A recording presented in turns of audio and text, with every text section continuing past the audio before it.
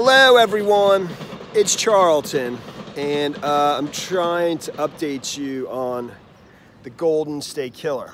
And there's a ton of new information that I learned, and it's just going to try to book through it as best as I can. All right, the dude's name, Joseph James DeAngelo, 72 years old. He was arrested at his home in Citrus Heights, which is outside of Sacramento. It's a nice suburban neighborhood. You know, he must have lived there for some time, because I saw an interview from somebody who grew up there as a kid. He was a grown man, probably my age, and knew him all his life. And said he was sort of an angry man, an oddball, was known to lose his temper easily, say profane things when he's out in his yard doing work, and get mad over silly stuff like you cutting your yard too early in the morning or something like that. But just an oddball that mostly kept to himself. He was arrested on Tuesday night. Once they confirmed that the DNA they had collected from something he had discarded, once they matched that to four different murders, two different couples, they arrested him, and they waited for him to come out of his home Tuesday night, and they just jumped on him.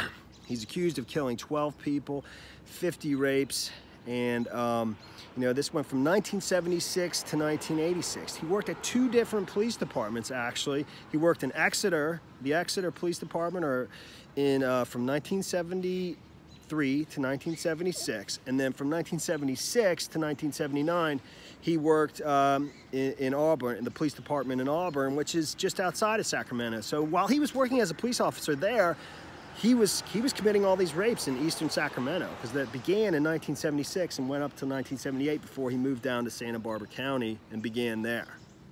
So the second couple that his DNA was tied to that was killed in Ventura, California, a little bit further south of Santa Barbara County, was Lyle and Charlene Smith, and they were killed in their home.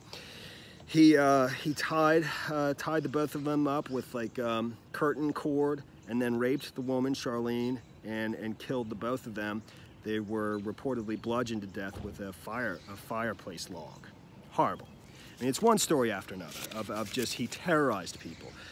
So he remains in the Sacramento County main jail. He's ineligible for bail. I've seen his arrest sheet or some kind of arrest document. It was on like a Reddit thread.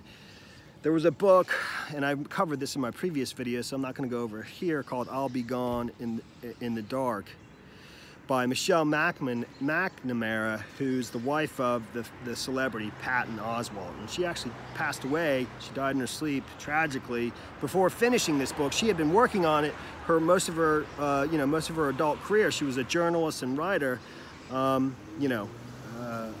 and then her husband and another person who had been helping her research it, Billy Jensen, and then a couple other people also helped finish the book, and it came out recently, I believe in March of 2018, just a couple months ago.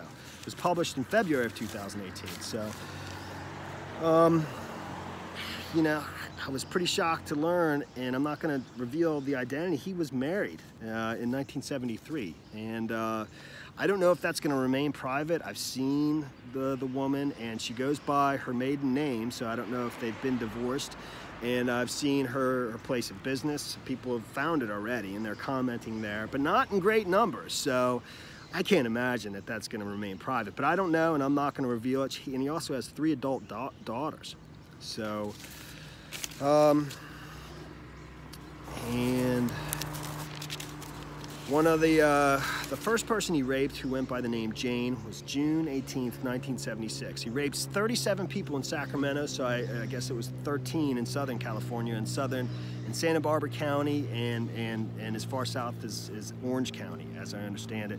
But the first person he raped, her name was Jane. She was sleeping on her bed with her 3-year-old son after her husband had gone to work, and she was abruptly woken to a man standing in her bedroom doorway with a mask on and a butcher knife shining a flashlight in her face. And he tied the both of them up with shoelace string, took the 3-year-old to his room, then came back, untied her feet, and then she says she knew once that happened, she knew what she was in for. She survived, and as I understand it, she was notified today, of his arrest, and was sobbing in relief and all day because of finally knowing the person was caught.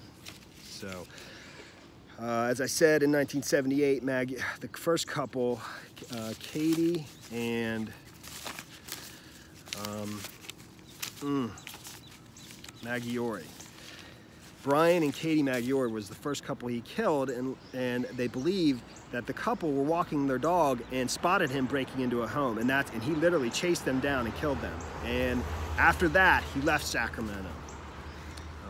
So 2 months later, things started again in Santa Barbara County, but they didn't immediately put it together that it was the same guy. And actually, in Santa Barbara County, he was known as the original Night Stalker. He would, I saw a report which he would, when he would tie up the man and rape the woman, he would take a stack of dishes and put them on the man's back so that if he struggled trying to get free from his restraints, the dishes would fall over and smash or crack, make a noise, and he would know, and so he could deal with it. It's just, I mean, it's just absolutely, you know, sadistic. It's worse than you would see in a movie. Just the worst. So, and that's pretty much the full story that I learned so far. All right, thanks for watching my videos, man. And please subscribe to my channel. Give me a like down below. And I'll see you in the next video. Later, man.